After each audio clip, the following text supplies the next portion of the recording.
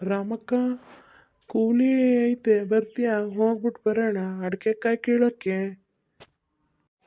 ಹ್ಞೂ ಕಣ್ಣಣ್ಣ ಬರಬೇಕು.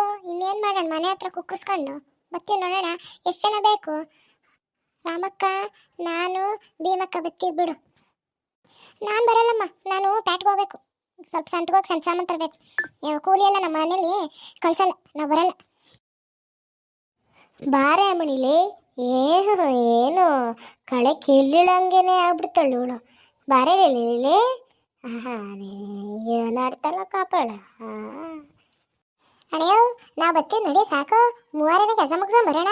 ಇನ್ನೇನ ಓತಾರ ಬೇಗ ಹೋದ್ರೆ ಏನಾದರೂ ಜಾಸ್ತಿ ಏನಾದರೂ ಕೊಟ್ರೆ ನಾವೇ ಎಲ್ಲ ಮಾಡ್ಕೊಂಡು ತಲಕ್ 100 ರೂಪಾಯಿ ಹಂಚ್ಕೊಳ್ಳೋಣ. ಯಾವಳನ್ನ ಕರೆಯೋದು? ಇನ್ನೊಂದ್ಸಲ ಬರ್ಲಿ ಹುಡಿಕೊಂಡು ಕೂಲಿ ಐತಿನ ಕೈ ಅಂತ. ಆಮೇಲೆ ಅವಳಿಗೆ ಮಾಡ್ತೀನಿ ಮಾರಿ ಹಬ್ಬನ.